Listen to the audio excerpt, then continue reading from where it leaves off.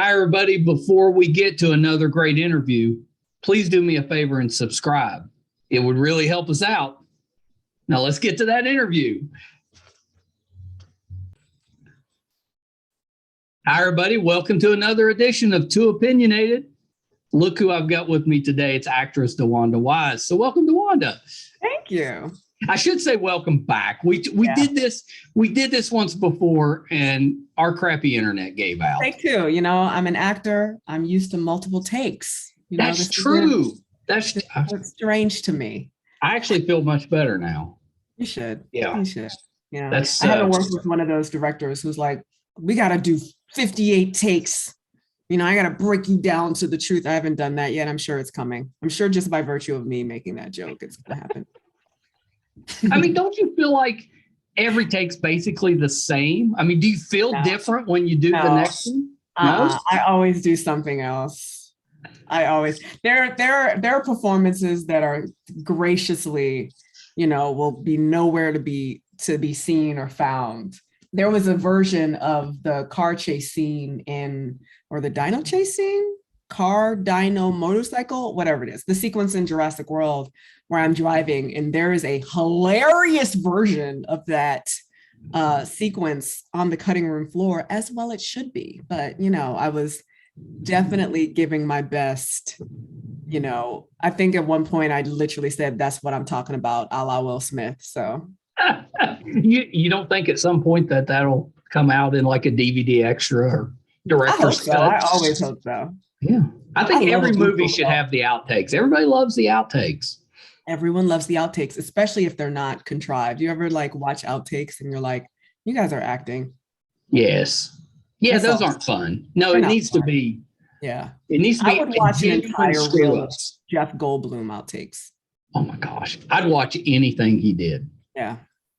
Yeah. I mean, he could just be standing still reading poetry, whatever it was. I'd watch him. I think he's hilarious. Truly. He's so interesting. Yeah, he is. And he's legitimately, he just is. He's a very interesting human being. Yeah. He's from just up the road from us, Pittsburgh. So it's 3 hours from here. I think that's where he's from. Yeah. I never would have guessed that. Like I found that out later. He was from Pittsburgh. I never would have guessed. Yeah. I love that story. Yeah. So I'll give you my multiple take story. So I've had one acting job, and I was just helping out. But I had just this little part, and it was a story that had happened to me. So I was just repeating what I had actually said, right? Yes. At least 30 takes. Yeah. And I have like to me, nothing changed because I'm not an actor. Nothing changed. I did every take exactly. Yeah.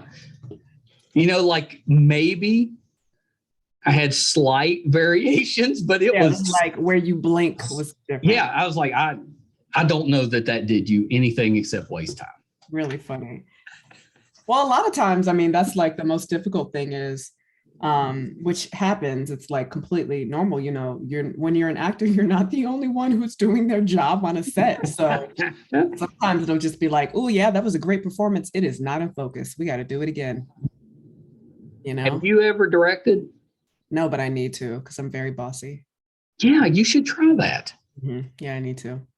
I mean, wouldn't you want to mess with actors just a little as a director and just be like, all right, I need it one more time. Yeah, but absolutely deeper. Or, give them like very vague directions. Oh yeah. That's I think that'd be hilarious. That's actor's favorite. Vague, blue. More like that, but blue. Yeah. Oh, you want me to act blue? Okay. All right. Okay. All right. Mm-hmm. Yeah, and I bet you don't even flinch. You're just like, okay. I don't. I love a good let me interpret whatever it is that's in your head challenge. I kind of love that. Mm-hmm. Yeah, that's pretty good. But then I'd want you to tell me which one was the blue take. That's the one I want to see. It's true. Whether or not they used it or not, that's the one I'd want to see. Yeah, always the blue take.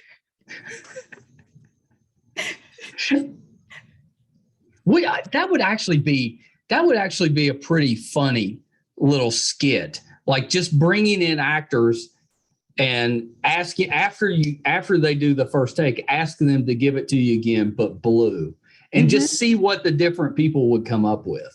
I think that'd be interesting. Yeah, I mean, there's so many approaches. I think 101 is like, all right, let me just do something different. I don't know what it's gonna be.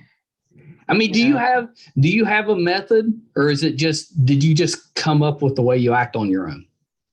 No, it's definitely a combination. I started acting in high school. I started acting when I was 15, and my high school drama director, his approach was it's my approach. It's very anthropological. It's super script analysis and, history of this character. It's very autobiographically based, kind of steeped in character. And so then I went from high school into training at NYU, which was Atlantic Theater Company. And their method is it's called, it's essentially like use your skills, learn to act. And it's a lot more, I hate to say paint by numbers, but they just believe that anybody can essentially learn, anybody can learn to act, So I was kind of combining it was a more prototypically technical approach with what I'd already come with, which was a whole lot of emotional core. And that's my own little, Frankenstein approach to my work. Yeah, I like that. Well, do you, like, if you have an emotional scene, do you draw upon something from your own past, or do you just kind of try to feel it in the moment? I know the character so well. It's actually really wild. The last thing I worked on, there was one moment, and I'm a cry on cure, which is really just a matter of being so painfully empathetic that what would bother and really get under the skin of a character then gets under my skin. So it's less about being like, oh, that I can cry on cue, and more like, no, that hits me every time because it's a major point of pain or Achilles heel for this character. So, that makes sense. I have the lamest superpower of all time. I'm just painfully empathetic, and now I try to just make it my vocation. That amuses me because I say that a lot. Only the lame superpower I'm talking about is just I'm full of all this nerdy, useless knowledge. Yeah, like I can tell you what somebody's been in 20 years ago, and just it's pointless. But then I started podcasting. Yeah. And suddenly, and you were like, is it useless? All of this useless knowledge has come in handy. Exactly. See, I just had to find the right thing. I believe that. I really do. I believe that it all goes somewhere. I was a very sensitive kid. And the at least definitely at the beginning, I was doing far more dramas in college, and even when I first started acting. And I was like, look at this. Somewhere to put this really specific aspect of who I am. Yeah. I think that's pretty great. I think that's like, once you find that spot where, it kind of fits whatever weird thing you've got going on. Yes. That's the right place. That's the sweet spot. Yeah.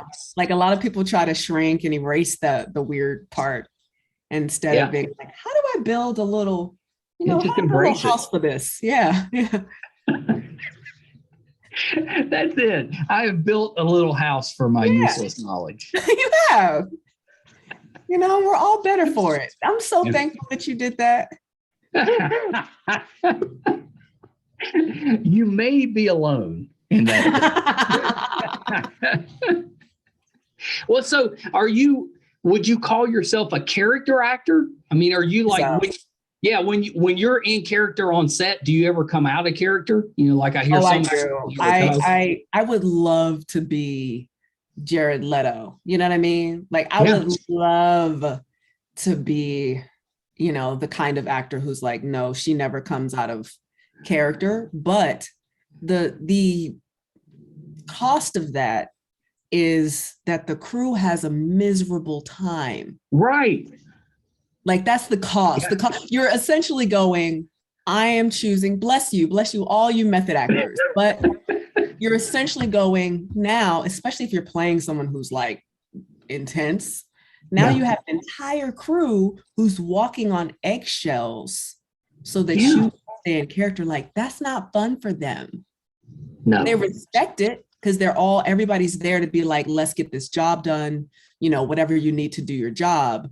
But I love, we were working on this last thing I was working on, Three Women. There were more than a number of scenes, but I create playlists. I'm playing music on set before action. I like my sets to be real light and loose. You know what I mean? Well, yeah, you want to have a fun time. Yeah, I want to have a fun time. I'm like ordering food trucks. Like, we're just playing. Like, ultimately, we all just get to, be grown-up theater kids. Yeah. I think I would like that better than, say, being on set all day with the Joker. I think that'd be hard. It just sounds hard. And like, I obviously don't mind working with an actor like that, but I gotta have headphones. You're not going to deprive me of my joy. I don't know. And knowing me though, I would try to egg it on just a little bit. I am. I'm like that too. I'm super mischievous. Yeah. I'm super mischievous. And I'm also like, let's go. Are we improvising in character? Let's do it. Yeah, let's do that. It's always like, what kind of crazy are you? Let's do that. Fine. Yeah, I'd poke that bear just a little bit. Yeah. I might regret it, but I'd do it. But you just see what happens. See what happens. Just how in character are you? That's good. Yeah, like what's your favorite color? What's your character's birthstone? You know what I mean? I'd be like, okay. I would like, I would start quizzing. I'd be like, oh, you in character? Okay. Let's go with that backstory. What happened in 1972? What was your defining moment? Yeah, where were you during Y2K? What's the Joker eating for lunch today? Does the Joker like granola? Yes or no? Yeah.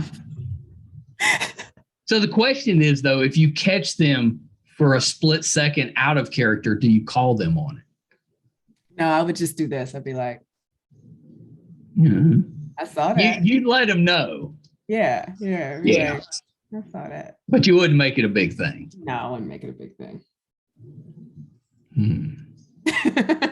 I'm generous, okay, Michael? Yeah. I'm generous.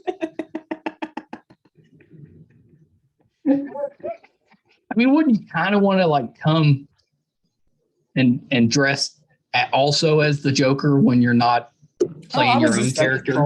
I'm such a troll in general. I love a joke on set. I love a good time. So nobody would work with me. I'd work like one time and they'd be like, never again. And be like, okay, well, we learned that. Who brought the podcaster? Yes, all right, take 20. I don't think that I could, like, if I got the role of a podcaster, I don't think I could do it.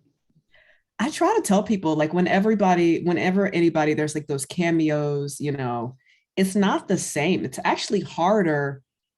I think it's harder, quote unquote, playing yourself, because then you're just thinking about what that even means. Right. Like it's more likely to just cause some weird existential crisis. Yeah, you get in your own head. Yeah. You're like, how do I walk? Yeah.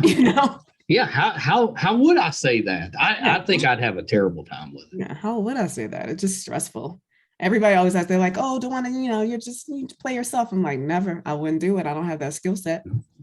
I've tried like auditioning for hosting gigs, and my body just betrays me. It's like, Dewanda, don't do it. Don't like but this. if they told you were the role was a host, you could do it. Yes, because I would be playing whatever that's right iteration, whatever I just randomly pieced together, they'd be like, oh, who are your archetypes? Who are you basing this off? And I'd be like, Michael Wall, who else? Of course. Yeah. It'd be like that. That's I just want like in the credits, just that, special thanks. Yeah, special thanks. Everyone loves a special thanks. Everybody loves that. Thanks. What if I think it would be a funny show if you did the role like you did Jurassic Park, but as yourself. The same role, but as yourself. Oh, here's the gag. I should just say this. I keep saying it, but nobody believes me. I am significantly less cool than all the characters I play. I am like the level of letdown. It's like when you meet an actor, and this has happened to me as well. I'm not even short. I'm 5'6", so I don't understand why people are so disrespectful. But I've definitely met people, and they're like, they do that thing where they're like, "Oh, you're shorter than I thought." Yes. You know, get that 5'6" isn't short. I mean, especially that's probably average for a woman, right? It's above average. Okay, there you go. Every single time I'm like, why are you depriving me? See, I wouldn't say that no matter what size they were. I think that's kind of it's been a number. I'm proud to say, I think I play such don't mess with me characters now that people don't really say anything even remotely weird to me on the street.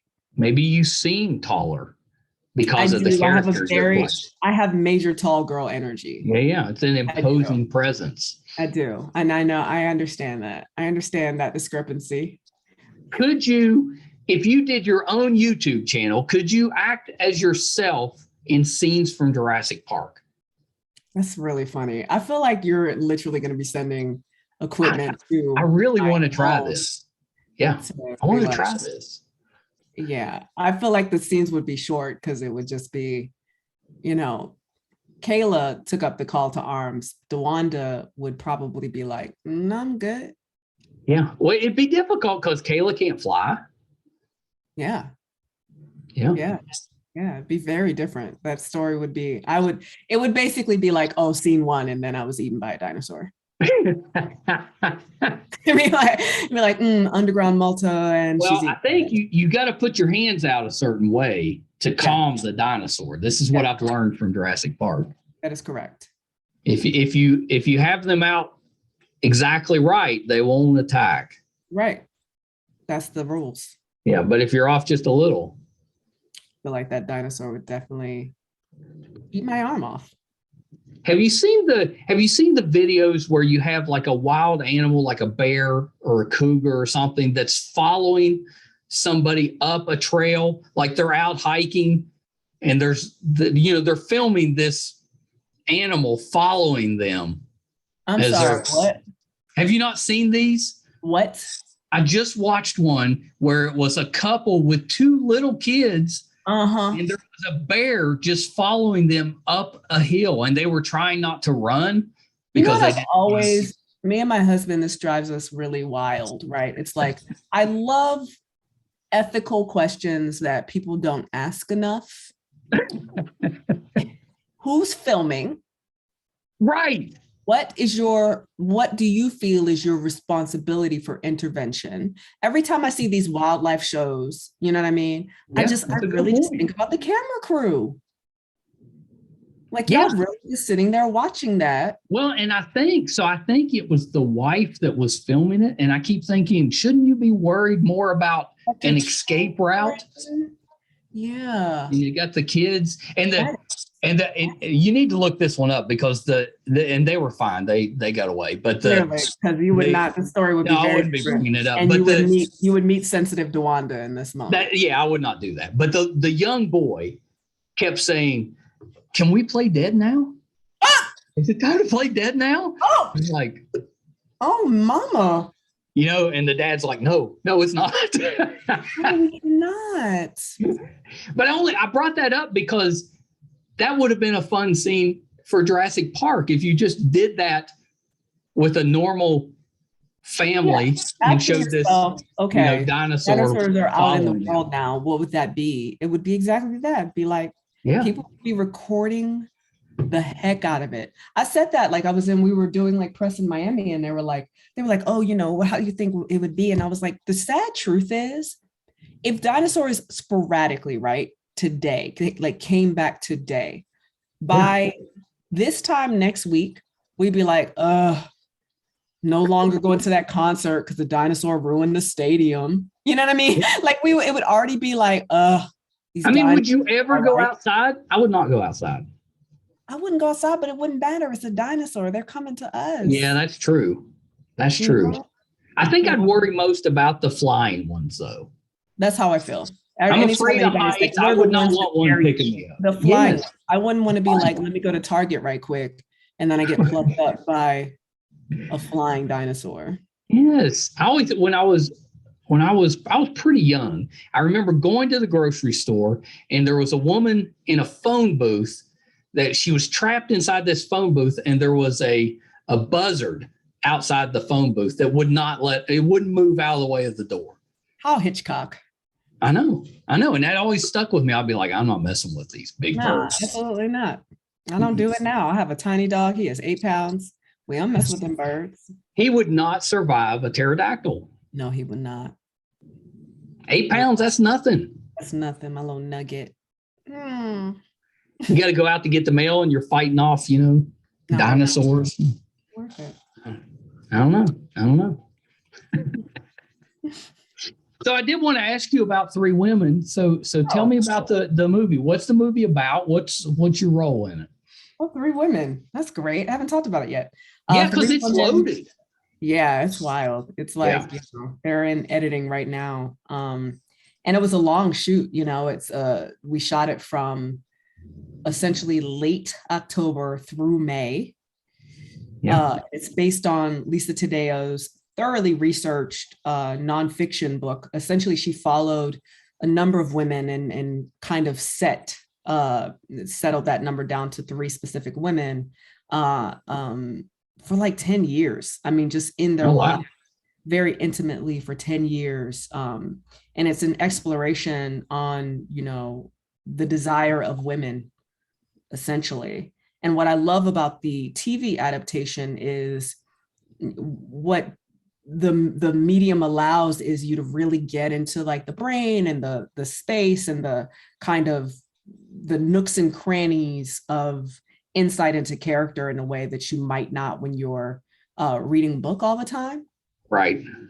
Because sometimes with books like that, you're like, okay, and then this happened. It's a little more, these are the actual events in their lives. You're not necessarily always getting the nooks and crannies of the insight into it. So I play Sloane. She's very rich. It cracks me up. She's very, like every outfit I wore was like at least $10,000. It was ridiculous.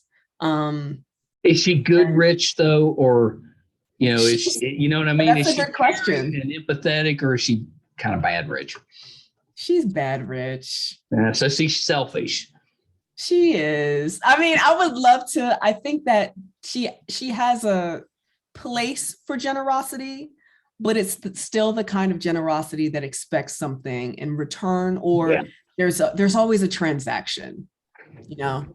I, growing up not like Sloane, was very pleasantly surprised. Some of my closest friends grew up quite affluent, and one of them in particular, I just remember being in college and thinking like, oh, this is an option? Like rich people can be nice? Like rich people can be nice. I didn't learn that until I was like 19 years old. That's kind of sad. It is, right? That's kind of sad, but that's also, a kind of a byproduct of a lot of the stories that we're, told. Yeah. So hopefully this one isn't quite so stark. I don't think people will be thinking about it quite in those terms, because she's also the kind of affluent where it's just like, she's not thinking about it. Right. She's like, it's like that generational wealth where you're just like, oh, you're just really used to living like this. Yeah. I think it'd be hard. Like if you grew up with wealth, you wouldn't know anything else. I wouldn't be here. Yeah. No, I lived here. One of my closest friends was a filmmaker, and a number of the actors I trained with at NYU, came from more affluent backgrounds. And I hate to put it this way, but they just didn't want to be uncomfortable. It's very, striving and being a struggling artist, like the whole like, oh, starving artist, da, da, da. It ain't fun. No, it's not fun. It's not fun. It's vulnerable. You know what I mean? I love a comfortable couch. Shout out to all my friends for letting me sleep on their couches in my 20s. So I get it. Like if you have the option to be like, I don't want to suffer for my art. No. Well, yeah, who would pick that? Yeah, if you have the option not to, you're like, why? So I wish if I had a wish, I would wish that everybody had enough money that if they wanted something, I don't mean something big, but if they're like, I feel like tacos for dinner, or I'd like to have this dress, or what, they'd have that money to buy that. Not the extravagant wealth, just enough to where you don't always have to deny yourself. I share that exact perspective, and I think it's also why I have a little more freedom, because I'm just like, there's never going to be a moment in my life where I'm living beyond my means. There's just not. There's not going to be a moment in my life where I'm like, you know what? Now I have this entire entourage that I need to keep paying for, or now I have this car collection that I have to. It's just not in my. Maybe future. That's what if you need an entourage, I'm available. That seems like a pretty easy job. I think I could do that. It seems like a very cushy job. Let me tell you that. I'm like, so that's what you just travel. You just traveling around? Huh. Yeah, I just travel around. Maybe I do every once in a while. Yep. Just back you up a little. That's it. Like, you sound like me. I'm always like, if I play a role in supporting, I'm like, I put the support in supporting. I read this hilarious article today, and it was basically like, this summer, we're not doing main character, okay? We're doing side character syndrome. Like, I'm gonna hit you with a quirky one-liner and then like lounge. That's what you're gonna get. Oh, I like that. I love it. It's very real. I do not. You're just doing it like an acting pop in. Mm-hmm. Just pop in. Yeah. Funny, quirky line, and you're back out. Everybody's like, I love them. You know what I mean? And then that's it. Then you head home. Yeah, I like that. I talked to a director yesterday, and he was directing a film that Chris Hemsworth's wife was starring in. Oh wow! So Chris was he's not in the movie, but he was just hanging out all day on set, just not being in the way or anything, just supporting, just hanging out. And one day he was like, I kind of like to play this store clerk because he'd read the script because it was her script. And he's like, I think I'd like to just play this store clerk. Yeah. And what do? You're not going to say, nah, it's all right. Mm-hmm. It's like, it probably took him 2 minutes to do the role. Correct. But if I was an actor, that's the type of stuff I would do. I just randomly asked not to be paid or anything, just to randomly be in stuff. It's like pop-up. Yeah, it's a pop-up acting. Pop-up acting. Yeah, I love that for you. Noted. Mm-hmm.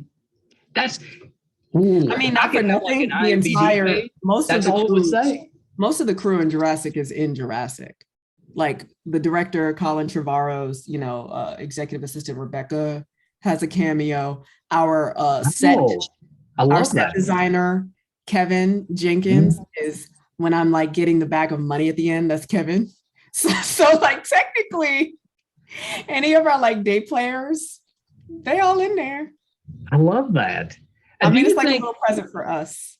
If I did that enough, and like my IMDb page was just repeated, it just said pop-up actor, pop-up actor, pop-up actor. Do you think eventually they'd start calling? We just invented this. I know. Actor, we literally just invented it. Welcome. Do you think people would start calling me and be like, I'd like to have you pop up? Yeah, because then it would be like, you'd be the little traveling gnome. You know what I mean? Yeah. And that's it. But that's the only roles I could take, or it would mess it up. Yeah. Pop up. I'd want to be known as the pop-up guy. I love that. That's it. I would refuse. That's your brand. That's my brand. Pop-up brand now. Pop up. Yeah. I'm really loving this idea. I like The it. heck with this podcasting gig. Yeah, that's in the past. This is my last episode. I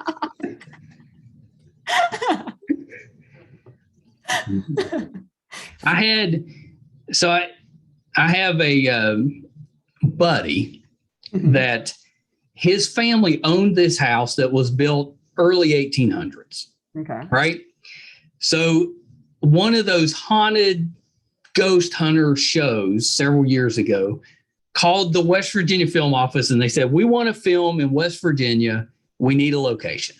Yep. So just so happened that another buddy of ours was running the film office. So he's like, I got a place.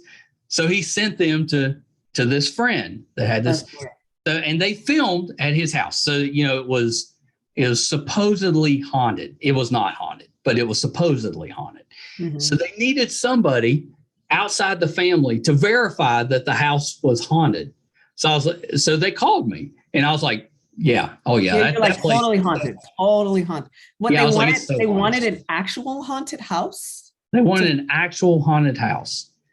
And there's stories about this house, but we grew up, playing in this house. There is nothing going on in this house. Yeah. So, but I was like, yeah, I'm your guy. That's such a strange. I know. Here's the thing. This is why it's strange. It's strange because when you're, putting together a film, right?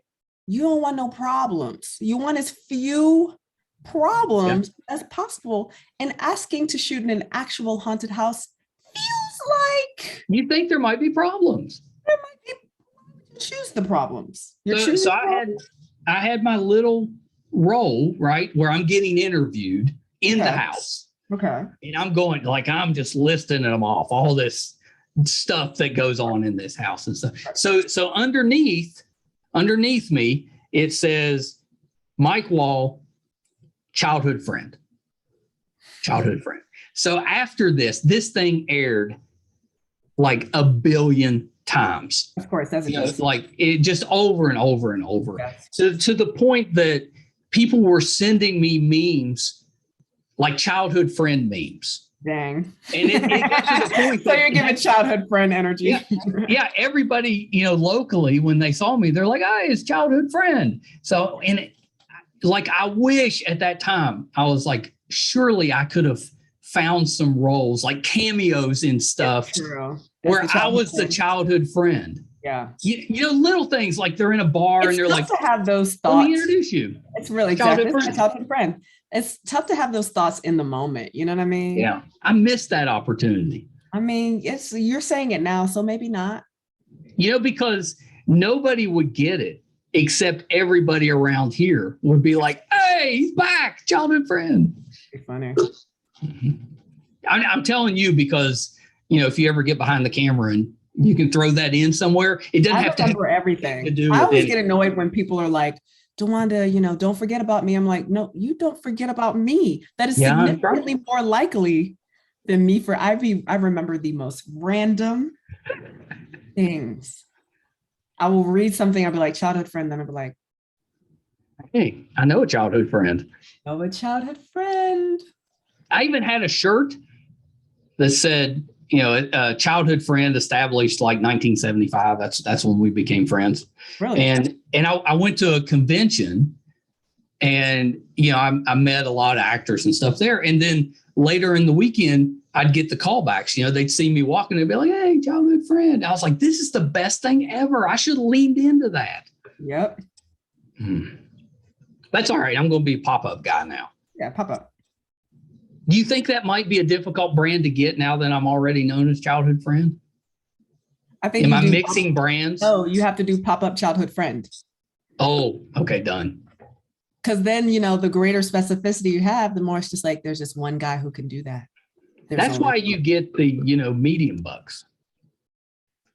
It's these good ideas. Yeah. So that you might get the big bucks, but I didn't want to, I didn't want to put that on you.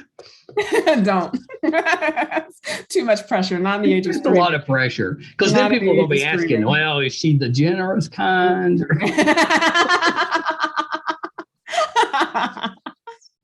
Too much pressure. It's a lot of pressure.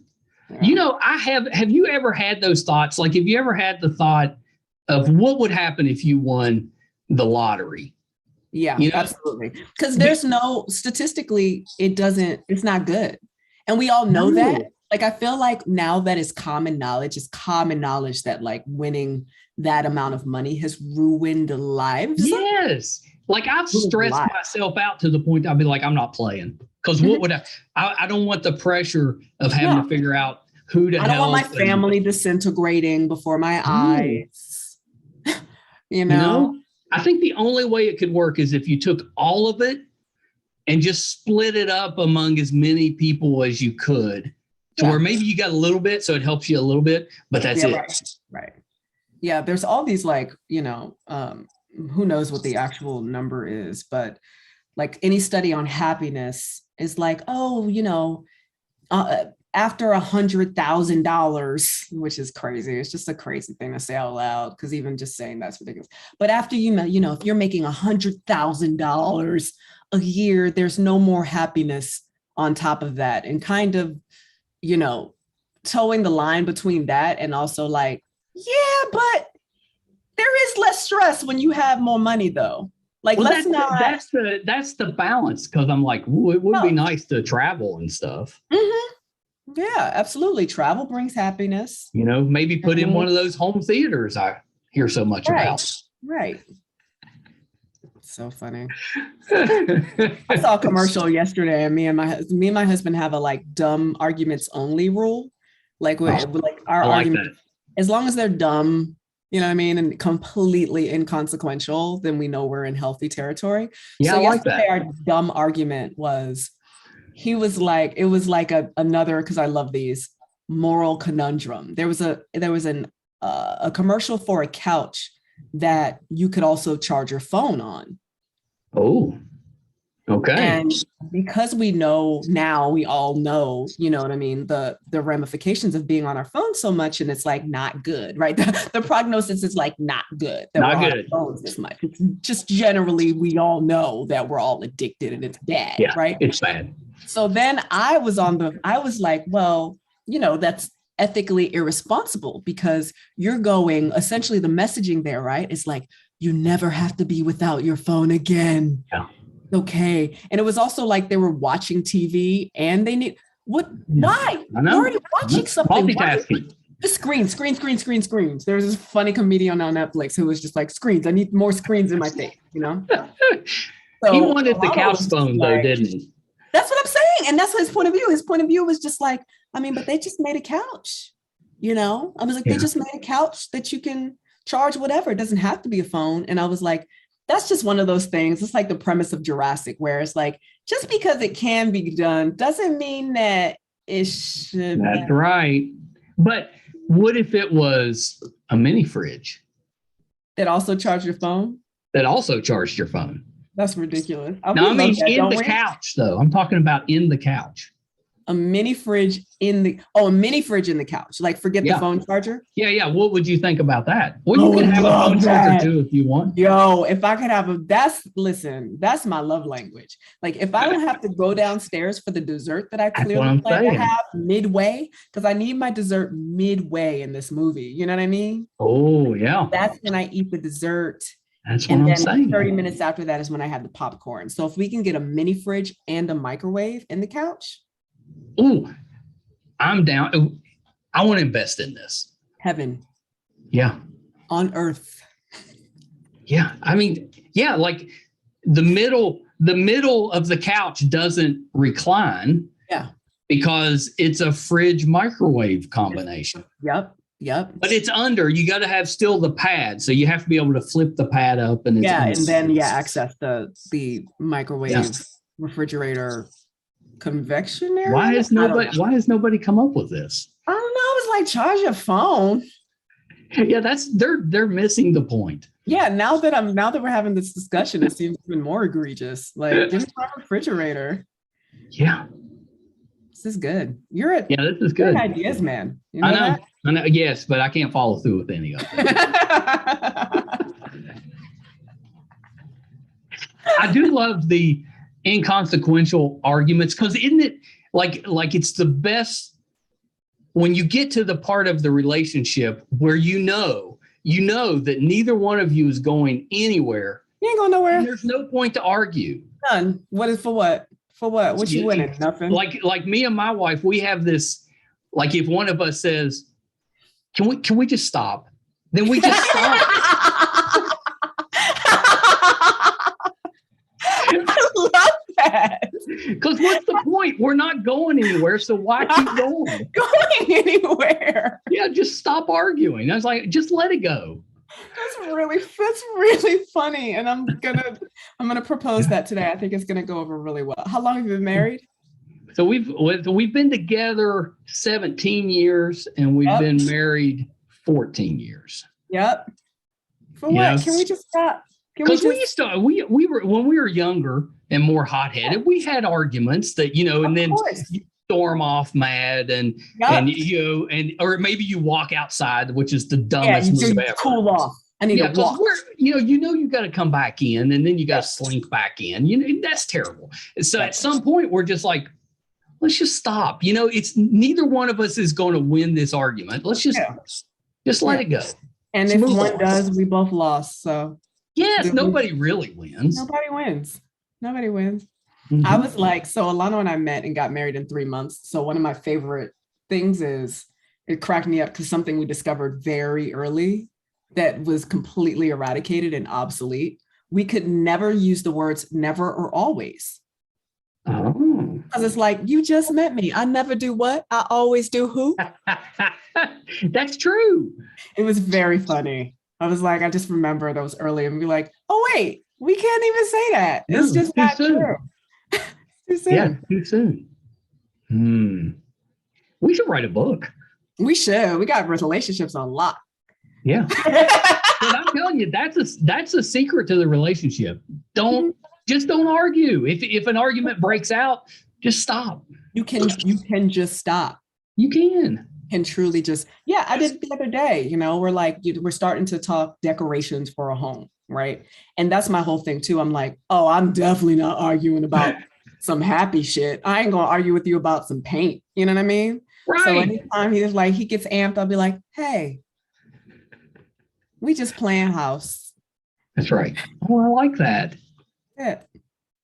See, and I know if you said that, like if my wife said that to me that way, I'd be like, okay, you paint it whatever you want. Whatever you want. I don't care. We have that rule anyway. Like I never, like if she asks my advice on what color I want or how I want something decorated, I'll give her an opinion, but I don't care. She can do whatever she wants with that. Someone has to be the one who's like, I don't actually care. I'm the I don't actually care. Yeah, that's me. It's beautiful. Because I don't. It doesn't. That tile's and honestly, that tile's pretty. That tile. His Alano's taste is significant. Yeah, and I recognized that early, so I was like, yeah, you just decide. I'm going to love it. Same way. He's like, what about this wallpaper? I'm like, yup. Yeah. Yes. The only decision I have ever made about what goes in that house is the TV in the living room. That's it. Yep. That's it. And this couch with the refrigerator. Oh yeah. Now that's going to have to happen. Yeah. Yeah. Mm-hmm. I'll have to sell her on that one, I think. Why? Y'all don't like, do you eat on the couch now? Or you I love to eat on the couch. Yeah. But although we've kind of got into this where half the time we make ourselves eat at the table. Absolutely. Because we're very busy. So that's kind of our catch-up time. Yeah, for sure. Catch up on our days together. Yeah. But sometimes you just want to sit on the couch. Sometimes you just want to lounge. Like you're not eating nachos at the table. Yeah, exactly. That's a couch food. Yeah, definitely. But you don't eat spaghetti on the couch. That's a table food. We've definitely done that. And I can't tell you how many times I've had to have this couch cleaned because of tomatoes. Yes. Yeah, that's right. And spaghetti. I'm just so many couch cleanings because of the pizza and the spaghetti. You got to get a leather couch with a refrigerator. You sitting there in humid. Yeah, West and you Virginia. Stick to it. Yeah, you stick to it. Yeah, it's not a good choice. Stick to it. Yeah, it's not a good choice. Did you also, does your family, grandparents, whatever, parents also like grow up with keeping the plastic on the sofas and stuff? I remember my grandmother doing that. Yeah. It was Like amazing. you had a family room and then you had a living room. You weren't allowed in the living room. That No, was you were for not. guests. That was only for guests. But Absolutely. that didn't make sense either because why do you need the plastic if nobody's allowed in there? It made no sense. The plastic yellowed. I don't know about your grandma's house, Oh, but it did. It yellowed. definitely yellowed. Also, Yeah. those summers, if you were allowed to sit on it, I was always like, Oh, it's awful. Evan, is this sweat? Like, what is And I it? mean, being honest, that was the ugliest furniture anyway. Why would you want to keep it? It was like that weird tweed, like, yes. Like, what? Is this a flower? Is it supposed to be a flower? Either like way, a nightmare flower. Either way, couch was just scorching. Yeah. But everybody, like if you say that, everybody knows what you're talking about. Yeah, for sure. Because they've had somebody in their family has had a reference. It's just a very prototypically 70s and 80s. You know what I mean? Anybody who was buying a couch in the 70s and 80s or had a home 70s or 80s had a green or yellow kitchen. Yes. Had those like weird little fruit magnet things that went on the refrigerator. Yes. Had ashtrays that were the size of your torso. I miss those. I have no use for. Well, I think those look. They do. They look so cool. Yeah. They just look so cool. Yeah. My grandmother, she had a giant glass fly. Like it was very detailed and it was like this big. Just sitting in the living room. Just hanging out. That's fancy. The decoration. That's fancy. Yeah. That's it. That's the decoration. It was the worst and the best at the same time. At the time, it was the most beautiful thing ever, just like those fake flowers with the glitter on them. You know? Do you watch like shows, because now the thing is the throwback shows that take place in the 70s, 80s, 90s. Do you watch that and be like, hey, we had that. We had that piece of, that bowl or whatever it was. That's a really fun activity. Because like Stranger Things does that a lot. They'll be using a pitcher or a bowl and stuff. You're like, we had that bowl. I keep working on these projects. 3 Women is one of those where, Jurassic was too, where my characters are decidedly analog. It's like, it's kind of, I feel it. I know it's happening. It's a quiet rebellion of these writers and directors, because the truth of the matter is, if we were being honest, like if film and TV, right, were being honest about the nature of human beings, it would be unwatchable because everybody, it'd be this. This would be right. This would be the TV show. I was at the gym yesterday.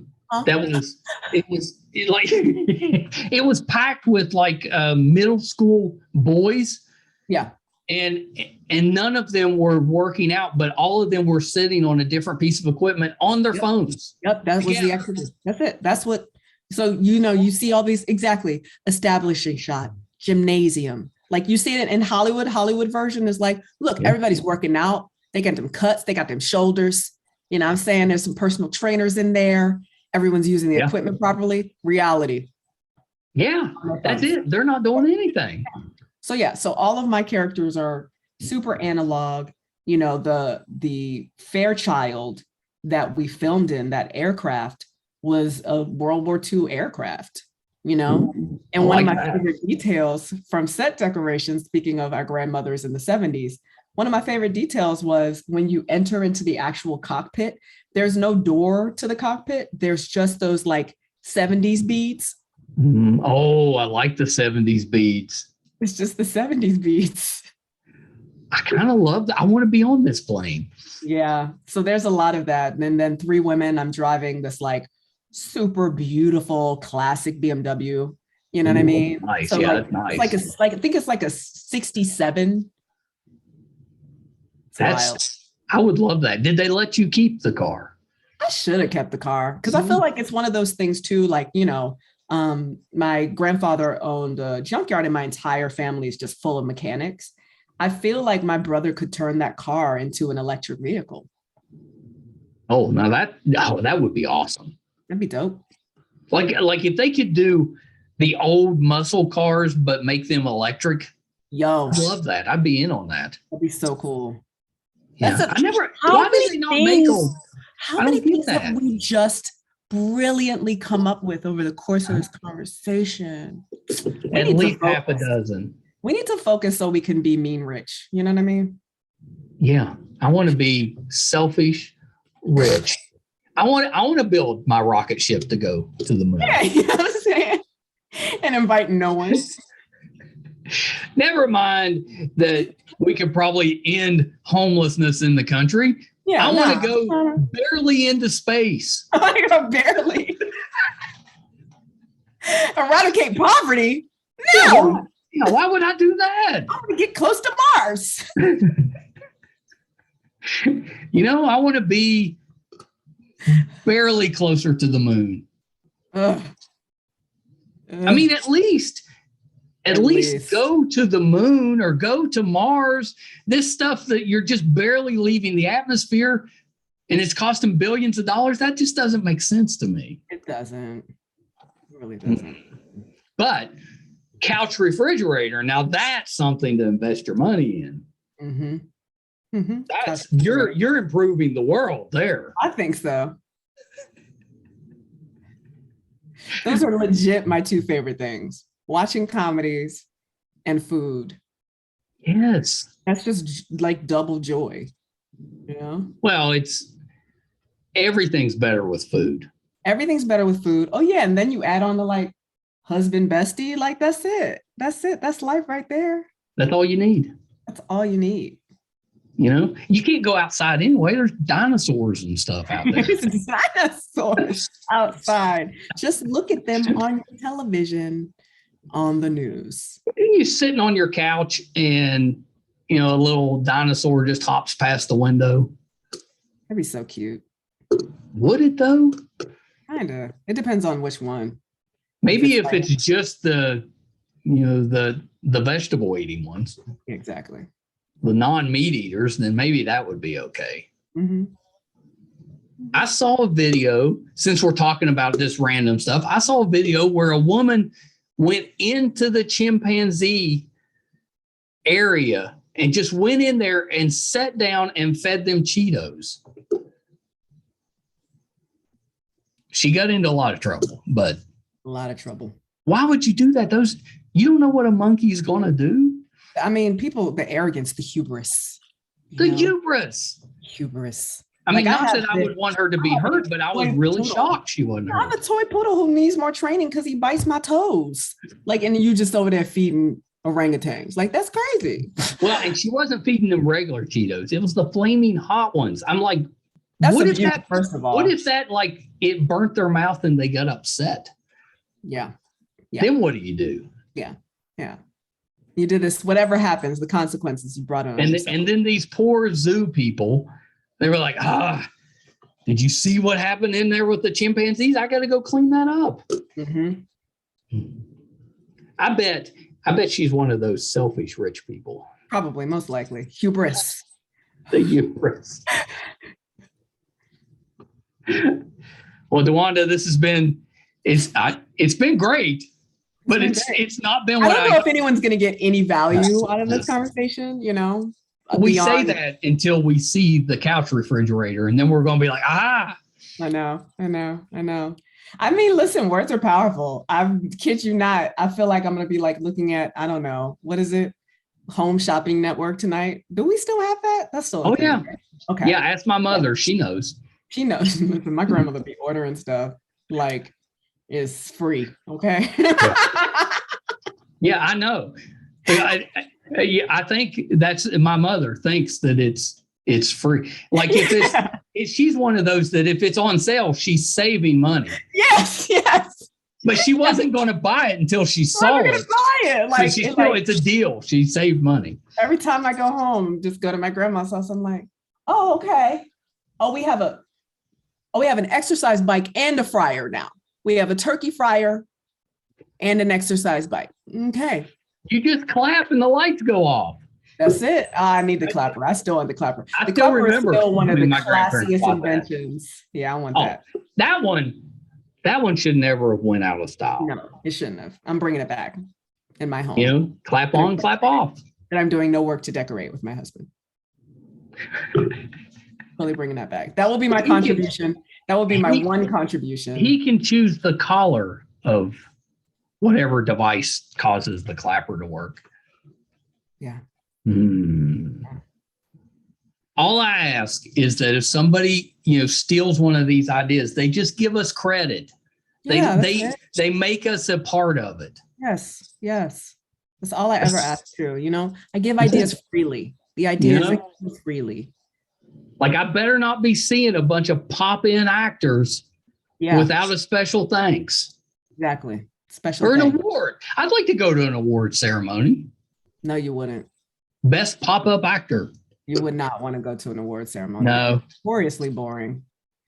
Yeah, well, they're kind of boring to watch. I know. We really got to figure. I'm like, they really do need to figure it out, because I'm like, do y'all not? Are you enjoying it? Like, I don't. People there aren't having some fun. people like to dress up. Yeah. It seems like there's like a little bit that would be fun and a lot that would be just tedious. It's more, it's significantly more tedious, and obviously inherently anxiety inducing. Yeah.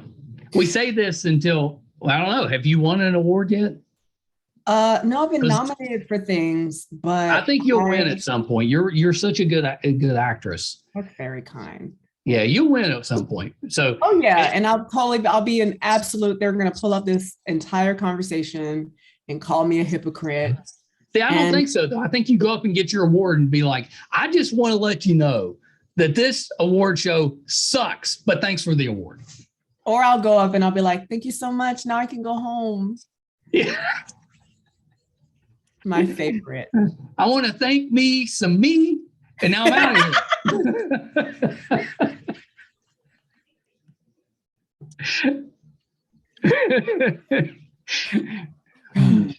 But maybe one time. I'd like to experience it one time. Yeah. Maybe. Yeah. We'll have to think. I have to think what the actual, because there's always more fun ones. So I'm like, which one's the fun one? Probably the music ones. Which makes sense because podcasting. Yes. Probably like the Grammys feels like it'd be like, you know what I'm saying? Gosh, can you imagine and there may be, but if maybe like MTV Music. Oh, I'd go to that. Yes. But what if they, can you imagine if they had on TV podcasting awards? Talk about brutally hard to watch. Yes. Most unlikely to follow a format award winner, Mike Wall. Most likely. We'll just be like, pages out. That's it. Best portrayal of a childhood friend. Exactly. And there's an award out there for me. I just got to find it. There is. When I was younger, we used to make our own. Participation, yep. In middle school, I remember being like, what? And I didn't, because this was before I realized what my personality was. But they voted me most likely to host a talk show. And it makes sense because at the time, I really wanted to be a therapist. Yeah. And I was such a intense kid. If I wanted to do something, every single one of my actions was pointed towards that end. So when I wanted to be a singer, I had my second grade, hold on, I gotta get the dog. The dog has to walk. Oh yeah. Don't ignore the dog. The dog has to walk.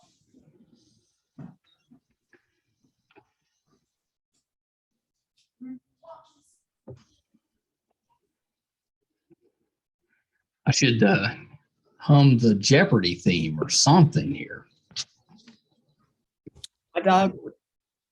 All right. If you wanted to be done, you could have just been done. You didn't have to kick the dog or whatever you did to make it. Kicking dogs. What if we had a little attachment to our refrigerator couch that was for a leash that you could run out the window? Sounds. Now you're taking a really good idea and making it silly, really bad. You say that until you try it. Until you keep going, and then you're like, I found it. I'm back. We got back. We're back. Dewanda, thank you so much. This has been the best time. I feel like creatively I have peaked. It has been an absolute delight. Great. Well, I can say that I bet that you've never had this exact conversation before. No, one of a kind. One of a kind. It possibly award-winning interview. I believe so. Let's get the campaign going. For whatever the podcast awards happen. I'm sure that's a thing. You just said and then we could go together. We'd be up there together to accept the award. And we'd be like, thank you so much. We're both gonna leave now. And go to our couch with the refrigerator on it. I feel like we could go up and take the award and like throw the mic down and just walk off and not say anything. Oh wow, that's bold. I like it. I like your style. I like it so much. Yeah, I say that, but I don't have that. You would never do that. Yeah. No, I'd have to say, I would do it and then come back and be like, I'm so just kidding. sorry. I'm just kidding. Hi, guys. Hi, I'm just joking. I didn't mean that. I'm so sorry. I didn't mean that. That was just a joke. I was just kidding. All right. So before we go, anything that you're working on that we can keep an eye out for other than Three Women? I know that one's coming. That one's coming. I did this wonderful podium audible of a graphic novel called Wake that actually comes out today. The day we're recording this. It's June 17th. So by the time you're listening, it will be readily available. I'm happy to be here. I got really into podcasts in the last 2 years. So this is I'm so into these audible formats. But yeah, Wake. No, isn't that funny? Because a few years ago you were like podcast, but now it's not that bad. It's not bad. It's also very circle of life because, radio was such a big deal. Like when radio came out, it's like, oh my goodness. And now what are we doing? We're doing radio plays again. Yeah. It's cool. I kind of love that. It's very cool. Yeah. Yeah. You listen while you're doing other things. Yeah, totally. Like playing on your phone. Mostly playing on your phone. So when have you started that one yet? Yeah, that literally releases today. Oh, it releases today. Yeah, it should be. It's based on a graphic novel? Mm-hmm. It's based on a graphic novel written by Dr. Rebecca Hall, and essentially about the history of women-led uprisings in the United States, and also her journey as an educator, in America. I love that. Tell these stories. Where can we find it? Podium. All right. Yeah. Very nice. Very nice. Yeah, I'm going to look that up because, I'm a comic book guy. I like the graphic novels. It's really well done. Yeah. Cool. Yeah. I feel like we could do a graphic novel of this interview. I think so. We would just have to find a really dope illustrator. Yes. That is not me. Not me either. No artistic ability. I'm an idea guy. Mm-hmm. Somebody else has to do the work. Absolutely. Yeah. All right. Last thing. Where can we find you on social media? At Dewanda Wise on Instagram and the TikToks. I'm not on Twitter because it's too mean for me over there. So the TikToks where you're going to be yourself in all of the roles that you have done. That is technically very true. I would watch that. That might be a thing to do. I like it. Yeah. I feel like I would watch that. Yeah. I can't figure out a hook for TikTok. I got to work on that. Yeah, just find a thing. I'm sure you will. I gotta figure that out. Now I put up little clips of the interviews. I put those on there. That's fine. But it's not the fun. I mean, there's some amazing stuff on TikTok. You got to get the childhood friend. That's where it goes. Adventures of Childhood Friend. Mm-hmm. Correct. All right, I got the hook. Yeah, all right, Dewanda, hold on 1 second. I hope you guys enjoyed that. That was a little different than my normal interviews. I had just a blast. Dewanda, absolutely an incredible actress. I love watching her act. I think she's so good. She's a badass. I think she's just really great and a good sport. I mean, the interview that you didn't see, we probably spent a half an hour on, and then we had internet disasters happening that kept us from finishing the interview. And she was nice enough to come back and spend an hour just talking nonsense. I just unbelievable. I think so much of her. Big fan coming in, absolutely monster fan coming out. She's just unbelievable. I hope you guys enjoyed the shenanigans. That was a lot of fun. If you haven't done so yet, we could really use the help on our YouTube channel, MeisterCon Pod. If you could subscribe, it would really help us out. We use those subscriptions to take to potential people that we want on the show, so we can show them, look, we've got this group of people that listen to the show. Would you like to come on? And it really helps us out that way. But in return, you get access to over 400 interviews that we have done. And I guarantee you'll find a ton of people just like Dewanda that you love, that you like, that you're interested in. So you can get all that. It's free. So please subscribe. YouTube, MeisterCon Pod. And you can also find all of those episodes, all 400 plus episodes, audio and video, on our website, meistercon.com. If we're doing anything in studio, if we're going on location, if we're covering a convention, all that'll be on the website, meistercon.com. Thank you guys so much. Until next time, bye, everybody.